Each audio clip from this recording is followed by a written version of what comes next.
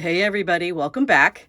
This is the process video for layout 2 from my Nest of Winter scrapbooking workshop. I have already done the video for layout 1. This is layout 2. As I've said before, all of the directions for cutting your paper and how to assemble these layouts, along with links for Cricut cut file for the title pieces, will be included in the digital files.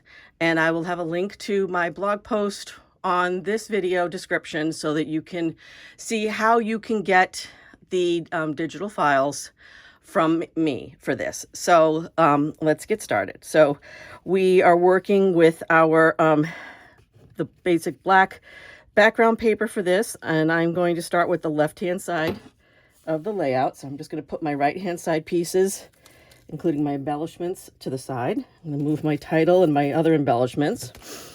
And first off, I'm going to show you how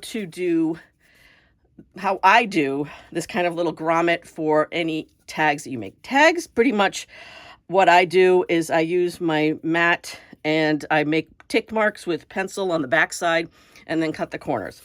And then what I have these two punches, which I've had for a while. One is a 1/4 inch circle.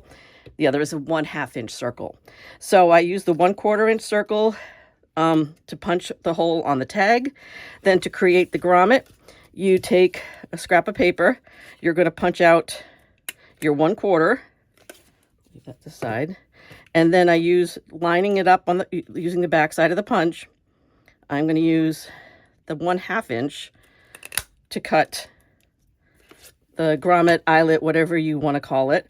And then I'm just going to adhere it, to my tag, just like that. So I'm just going to put these aside now. Now, for this layout, I used 2 rows of photos. So I'm going to put my photo, I'm going to start with my photo placeholders for this side. I only put a little bit of adhesive on the back side of my photo placeholders because in case I decide I want to use these as mats, then I can just adhere them more down, or if I want to just take them off and replace them with my actual photos. And I do that with pretty much all of my layouts that I design. Any of the photo placeholders are just adhered with a tiny bit of adhesive on the back side. I'll get this here. Okay. Then we're going to start, I'm going to move a couple of these background pieces off. I'm going to start with my largest piece. I'm a little conservative with my adhesive, so if you haven't noticed. And I'm going to just line this up about a 1/2 inch all around on this. Then my next largest piece, this one. Yeah, I don't put adhesive in long strips on the back of any of my papers. And then this is going to go just about here. The directions will have all of kind of the placement of everything on them. So, and then my next piece is this long strip.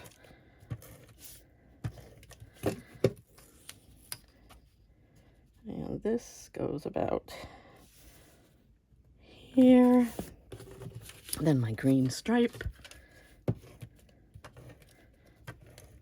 And that one goes kind of next to it a little bit up. And then I overlay this. Now you could easily dovetail all of these pieces, but for this layout I did not. But it would be a nice little look if you did a dovetail element on all of these smaller strips. Then this goes here. Now my 2 tags, I'm going to put some adhesive on the back. And one thing you can always do with tags if you want is put a little bit of some dimensionals on the back side of here just to give it a little bit of added kind of pop-up. Now what I'm going to do is I'm going to stick these. That's one nice thing about not completely adhering the photos down. These are going to go slightly behind the photos. So tag 1 here and slide tag 2 under. My nails don't sometimes having these fingernails in my these are my Christmas nails, so it doesn't always let me get my fingernails underneath. and then tag 2. And then I'm going to add my Winter Days Cricut Cut title. I most of the time when I put a title on a layout, I use dimensionals. I like giving just a little bit of visual interest when I put a layout together. And my Winter Days is going to go about up here. And then I've got some, I use the birds from the Nests of Winter. I stamped them, the birds, in the Tuxedo Black Memento ink, and then die cut them, and then colored them in using the Stampin' Blends markers. And I tried to do, for each layout, I did kind of different color combinations to just give it a, just a little bit of a difference from the, the prior layout, so that the colors also kind of coordinate with the colors in the birds on the layout. So I'm going to add these little, I also die cut these branches with that same stamp set. The die cuts that go with that stamp set.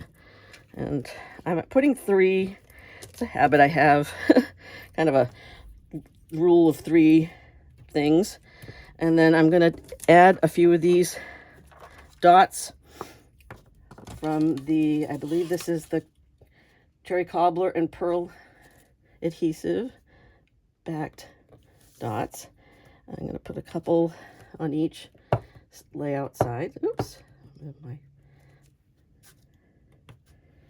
Again, I'm a person that tends to work in 3s. So I'm just going to put that there. So that is the left-hand page of this. Now we're going to move on to the right-hand page. So I'm going to move, again, my tags, my embellishments. I'm going to move them off. I'm not going to start with the photos this time, because I'm going to start with I'm going to kind of work top down on this. Just move my pieces off. Okay, so put some adhesive on the back. So I'm going to start here with this piece. Now this is kind of, I'm trying to mimic what I did on this side. So it's going to kind of be the 1/2 inch down, 1/2 inch in, kind of eyeballing it. I normally would pull out my ruler, that piece. Then I'm going to add my green strip to this, right below it. My green stripe. And that. Of course, now I'm going to put my photos on. So, yeah, I mean, some people like the white mats. Sometimes I will print my photos with a white border around them, just for a visual interest. Oops. There's always those little dimensional backings that are all over the place. And that under there. And then my last pieces, just make sure I got these in the right order. Bring this kind of snowflake. And I ran out of adhesive. Hold on one second while I go grab another adhesive from my stash without having to go all the way downstairs to my work area. So I'm going to have to get some more adhesive up here. This is kind of my room over the garage, which is where I store most of my stuff. But I do have a work area in the basement, which is where I hold my day crops and such. And then this, I'm actually going to wait a minute on that, just because I want to make sure that I have this lined up properly.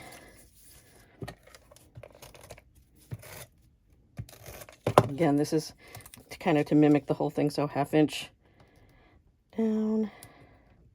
1/2 inch up, 1/2 inch in. Then I'm going to put this on.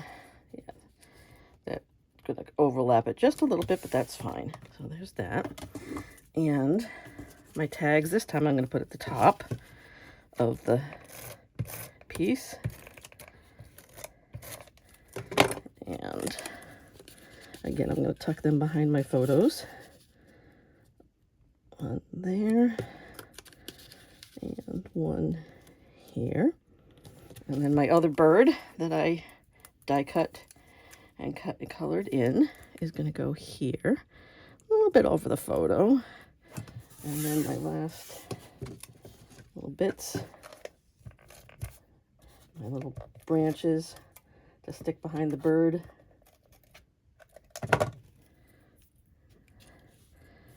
We'll tuck them slightly behind him. And one on this side.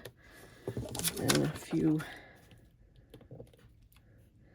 of my dots. And again, I work in threes when I do these. Come on.